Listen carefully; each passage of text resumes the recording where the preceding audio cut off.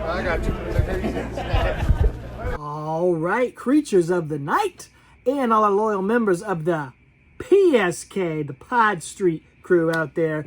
My name is Alex Doriot. I am one half of the Talking Taker podcast, and I am welcoming you to another edition of Digging Up the Dead Man here, exclusively on the Talking Taker YouTube channel, where we are looking at all sorts of extraneous Undertaker information, merchandise, figure unboxing, all that sort of stuff that we do here exclusively on the YouTube channel. Adding new figures to the Talking Taker collection, which you can see some of behind me. There's my favorite right there, the Wubble Rumbler, along with some other figures and Undertaker opponents. But tonight we got two brand new Undertaker figures. We do a lot of retro figures here on this channel, unboxing. Every once in a while we do a reboxing, if you saw that recent video. But a couple of new figures hot off the shelves, man. There's still a lot of people that are still looking for these, and that is a rare thing for me to be able to say that I have got them earlier than other people. These are some store exclusives. We got the Walmart exclusive Ruthless Aggression Undertaker, and then we got the Target exclusive Legends Undertaker. And these are two figures, like I said, just kind of surprised that here in Greenville, South Carolina, I was able to get so soon on the shelves. A lot of people still looking for them. And these are two figures, and I'm going to get into it here, two figures that I was definitely on the fence about even purchasing. I am by no means an Undertaker completist. You know, as you can see right there, there is my Undertaker figure shelf. I am a completist on trying to collect a figure to represent every match The Undertaker had on pay-per-view, so every opponent that The Undertaker had. And I get, you know, cool Undertaker figures, memorable Undertaker figures. I try to have a wide representation of his career, but there's no way I can be a completist. And I told my buddies in my Undertaker figure group text, Randy Turco, loyal member of the Pod Street crew, and Steven Zeman as well, loyal PSK member, friends of the show. I told both of them were very excited about these figures. I said, I don't know, man. These figures did not jump off the screen to me when they were announced and photos were released. But, of course, you see them in the stores. You get FOMO. You think, am I going to regret this? Am I going to end up paying $40, $50, $60, $70 a couple of years from now because I decided I need these figures? So I got them. And, of course, we can talk about them here and review them. So I want to hear your thoughts. Leave comments down below if you felt the same way that I do. Let me know if you have got these figures yet, what you think about them as I try to do an unboxing here for them. Let's start with this guy. This is the Walmart exclusive. Like I said, this is the Ruthless Aggression Undertaker. I believe this is, doesn't say it on the box. This is either Series 3 or 4 of the Ruthless Aggression line. And I believe Mattel, this is the end of the Ruthless Aggression line. I think they've got a 5 series maybe, or maybe this was the last one here. But cool idea. Ruthless Aggression, you know, we're coming up on 20 years of the origins of the Ruthless Aggression era in 2002. So definitely a lot of nostalgia for that as people who were kids in that era are starting to grow up. And, I mean, I was 16, 17 during that era, so I certainly have some nostalgia for it. Not quite the same as I do for the new generation or the Attitude Era, but I definitely have plenty of nostalgia for the Ruthless Aggression era. And these figures are kind of, not only do they represent guys who were around during that era, but they're kind of homages to the original Jakks Ruthless Aggression figure line and the figures that represented that era as well. Of course, Undertaker was a huge part of the Ruthless Aggression era. If you're going to do a Ruthless Aggression series, you got to have an Undertaker to represent that era. I mean, he held the world title at the beginning of the Ruthless Aggression era, the Undisputed Championship. And, I mean, he was played a pivotal role throughout the entire Ruthless Aggression era. Wherever you think that era ends, you know, I guess it kind of goes all the way up into 2008-ish. I think that's when most people say the Ruthless Aggression era ends, 2002 to 2008-ish. So you could have done a Dead Man figure, but I think when you think Ruthless Aggression, you're probably thinking Biker Taker here. Now, my issues with this figure, and you can see it here. Well, let's just take a look at the packaging, and I'll unbox it. I'll talk about some issues. We got that image of Undertaker there in the vest. Keep that in mind, in the vest. And then on the back, you see we've got the stats for Undertaker. He's there in the headband. He's there in the tank top. And looks to me like he's got his black leather pants on in this reference shot here. Keep that in mind as well. WWE Champion, World Tag Team Champion. Doesn't say Hardcore Champion. I mean, that was right before the Ruthless Aggression era. I would have put that on the box. Height 6'10", weight 305 pounds. Finisher was the last ride from, look at that, from Houston, Texas. Are you kidding me? Was The Undertaker ever announced from Houston, Texas? No! He's announced from Death Valley. Give me a break. Oh, huge L there for Mattel. The dead man keeps rolling down to the ring. Rolling. Digging holes and taking souls. Anyone who wants to try him, he'll make them famous. So at least they got some of the catchphrases right. But man, I'm just noticing that right now. Houston, Texas. I mean, that is where the dead man, where Mark Calloway, that might be where he's from nowadays or where he's from originally. But the Undertaker, the character, is from Death Valley. Oh my goodness. Let's open it up. Decent packaging here, but of course, I am a loose collector. And right off the bat, it's cool that it's got an accessory. You know, it's very Jax-like of that era for a figure to come with kind of a needless accessory. But it definitely, it works pretty well for Undertaker. I don't know if he really did it during the Ruthless era. He probably did in those early heel days. But one of his signature things when he turned heel there in 2001, 2002, was he would use the chair on opponents. And I remember I did it, I feel like he did it with Matt Hardy, with Tajiri, with some of those cruiserweights that he was beating up in the hardcore title era. He would jam the chair right under their throat and then just kind of spike them down on the chair like that. It was a really nasty, really ugly looking heel maneuver. It was great. It always got him heat on there. So I think the chair actually definitely makes sense to put with Undertaker. I'm not like going to display him with it or anything, probably just toss it, but I appreciate it. I appreciate the effort there. We got the alternate hands.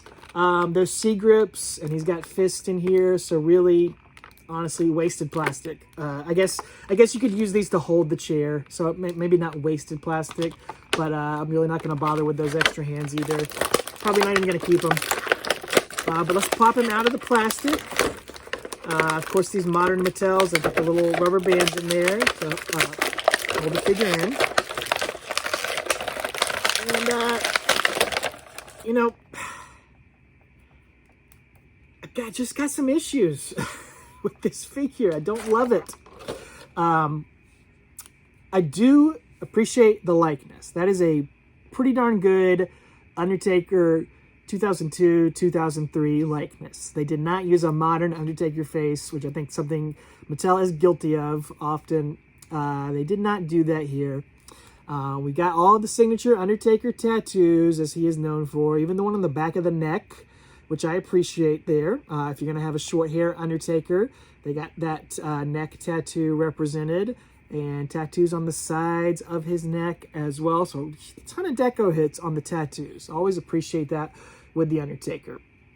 Got his bandana here. The bandana is removable. Okay, I wasn't sure. Didn't look like it was. But okay, you can take that bandana off.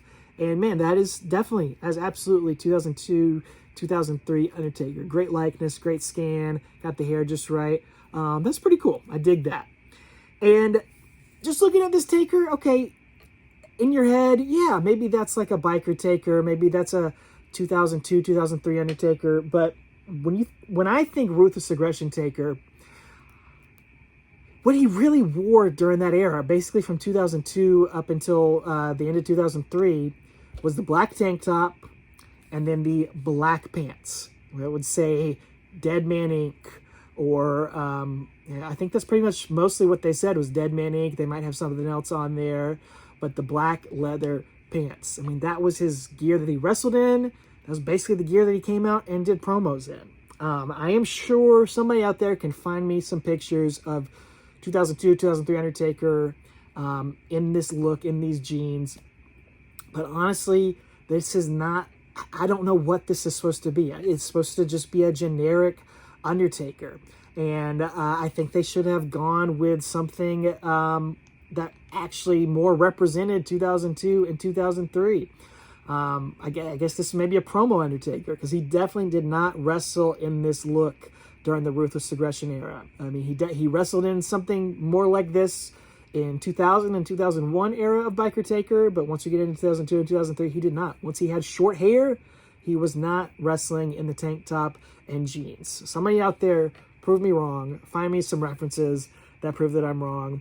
I don't think I am. And I definitely don't think he wore jeans like this. I mean, what are these jeans? They are not... These look more like suit pants, like khaki pants, that they just kind of sprayed a weird shade of blue. These don't look like any jeans that I have ever worn. I don't wear jeans this shade of blue. It's a little odd to me. Kind of reminds me of the, I think there's a Sergeant Slaughter figure that's in kind of a similar getup. Maybe he had a white tank top, but this is kind of the color of pants that he's got on. Just odd. And I think, again, this is supposed to represent like a Jax Undertaker from this era. And for Jax to make a figure like this in 2002, 2003, I think it's fine. We didn't expect 100% accuracy from Jax back then. I expect more out of Mattel. And maybe it is a tribute to that original Jax figure, but to me, that's just like not iconic enough to warrant this tribute. I would prefer for this in the Ruthless Aggression series to be more accurate to who The Undertaker was in the Ruthless Aggression era. Again, I said, remember the reference shot of him in the vest. Give us a figure that he's wearing like this sleeveless vest, unbuttoned like that. Come on. Give me something more like that matches the promo shot rather than this random tank top. Just not a figure I'm very excited about. This is going to go in the back of the Undertaker shelf. I just don't love it. It's not realistic. It's not accurate enough for me to really display it for a particular match or moment. I would need some customizing or something else. I think I saw somebody in the Major Pod group who put the biker chain around his neck to sort of represent that match with Brock Lesnar. Maybe he wore something similar to this in some promos to that match. I just don't see it, man. Definitely a disappointment from Mattel. Not one of my favorite Undertaker releases of theirs. They've had so many awesome ones. I guess they're allowed to have a few that I didn't love. So let me know what you think. Did you actually like this one? Are you a fan of it? Are you not as picky as I am? I think we can all agree, though, that it's a huge fail for them to list his hometown as Houston, Texas, not as Death Valley. Not one of my favorites.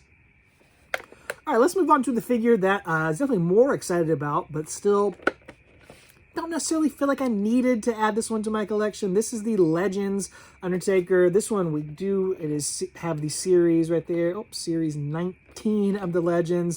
Mattel has been cranking out these Legends to Target. Some of them have been super easy to find. Some of them have been shelf warmers. Some of them have been getting clearanced out rather quickly. Down to half price. Some of them, I think, even down to just $6 now. And then some of them have been, you're lucky to find it, or you might find it once and never see it again. It's hard to tell. And I'm not sure what this Undertaker one will be, but I was lucky enough to find one. I actually found 3 of them on the shelf as soon as they came out. Got one for myself, got one for Randy Turco that I'm going to take to SummerSlam and pass off to him. Left the other one there for another lucky creature of the night to find.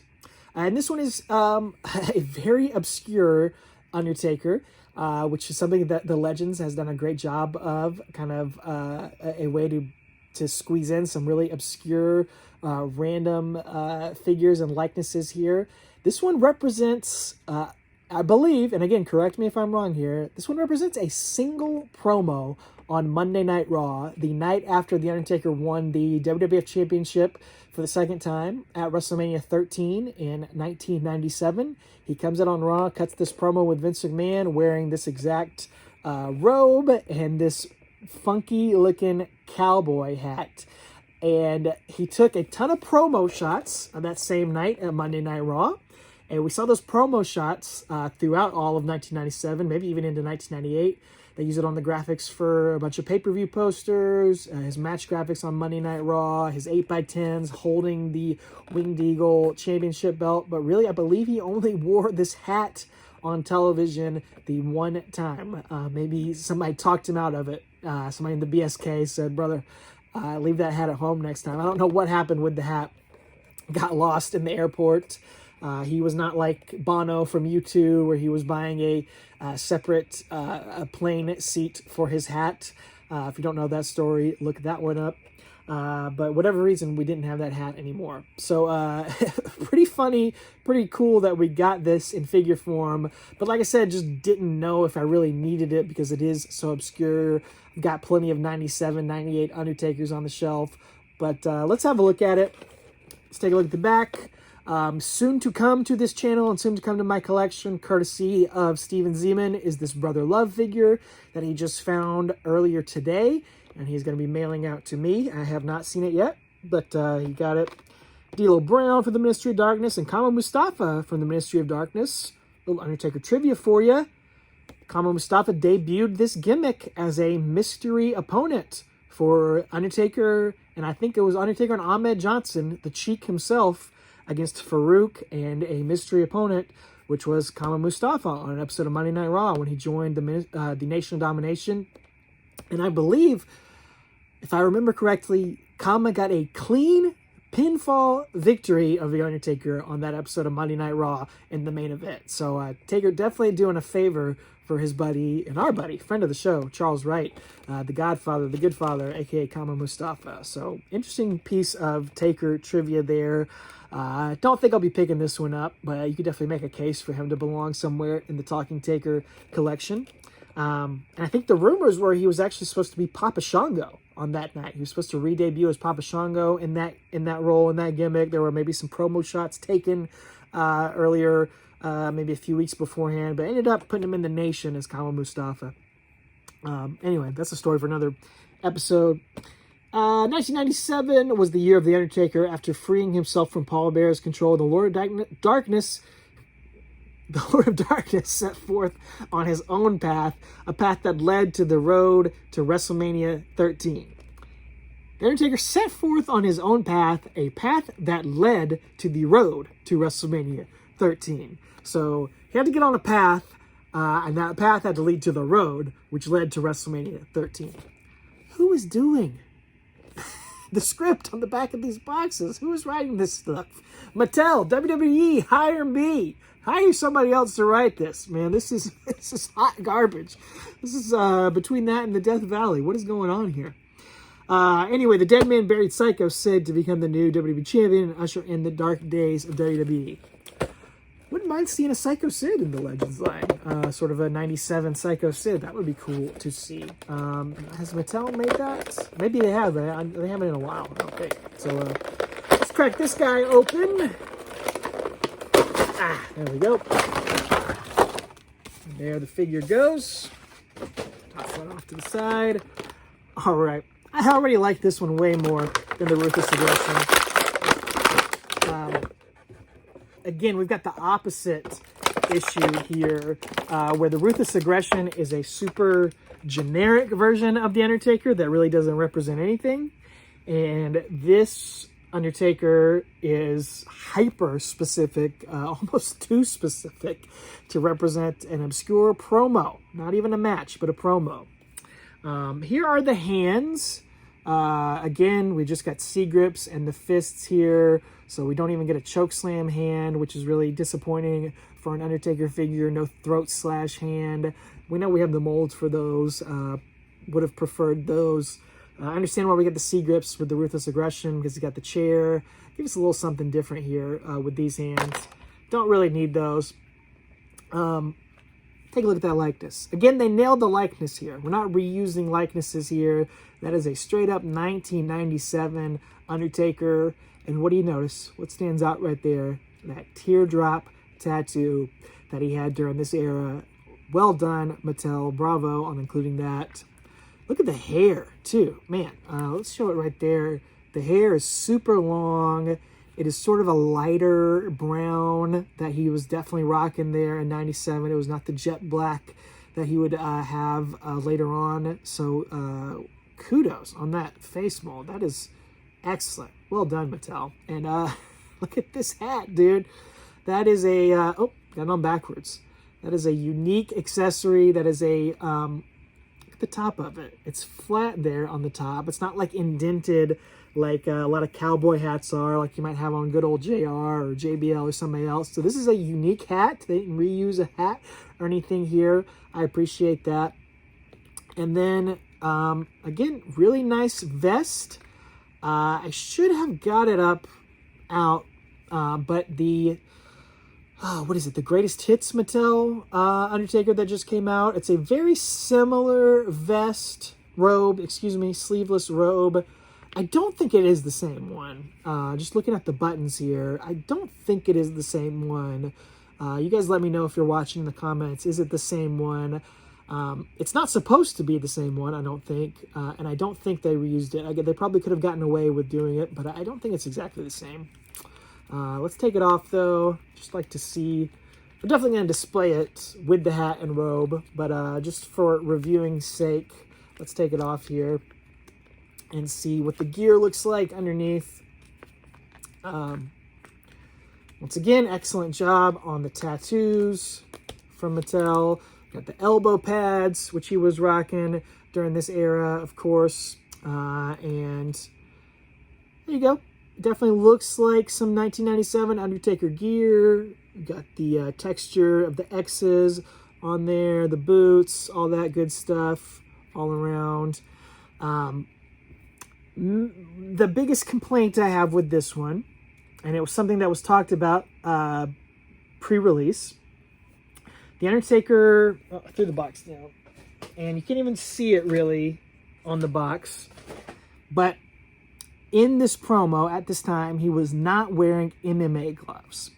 All right, he was wearing some fingerless gloves, but they were kind of more like biker gloves or like a diesel, sort of similar to his fingerless glove. They were not MMA gloves. And you can tell right there, look at that indentation on there. This is hyper-specific and nerdy, but these are the MMA gloves that like a later era 2008 Undertaker would have, and that they have used for those sort of Undertaker figures. And that is not what this is supposed to be. And one of the issues with that, not only is it timeline inaccurate, it's kind of a little bit fuzzy, but look at that skin that's popping out between the glove and the wristband right here. That just looks sloppy, man. Mattel is usually a little bit better than that, I think, to have this sloppiness right here. If you're going to do this, just have the wristband go up all the way to the edge of the wrist. Have that black in there to where we're not seeing the skin popping out of there, because his fingerless gloves, they would go down past the wrist.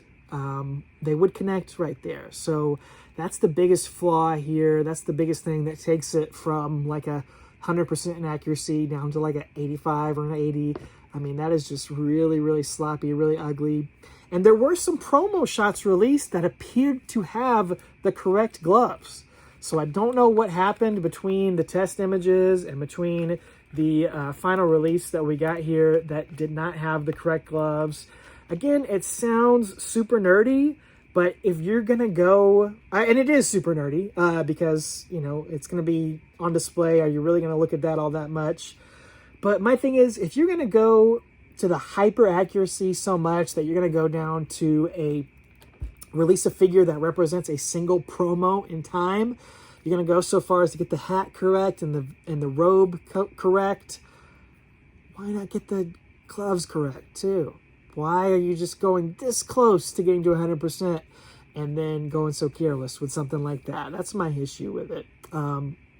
And especially, it might look a little weird if you're going to pose this with the Winged Eagle, that I think you definitely, you need to pose this with, sort of like he had in the promo shots, kind of cradling that belt. I need to get a Mattel Winged Eagle to put in my collection. I have the Hasbro, the original Hasbro Winged Eagle that was with my Hasbro ring that is on my Hasbro Undertaker figure wrapped around his waist. But I should definitely get an updated Winged Eagle to display with this Undertaker. I think it would look perfect and would really bump this one up and make it, bring it more to the front of that Undertaker shelf here. And it just won't look as good because it won't have the right hands. What a disappointment. But there you go, the two latest Undertaker releases from Mattel. I was excited to find them, excited to find some new Undertakers to add to my collection. I appreciate them. They are different, they are unique, but just not some of my favorite things that they have released for the Undertaker in recent years. There is some fun stuff coming up on the horizon, definitely some fun stuff coming out of Comic-Con. I'm very excited to get the new retros to represent Undertaker and Paul Bearer. So there will definitely be a review of those coming soon to the channel. Got Brother Love coming to the channel once I get that package in as well.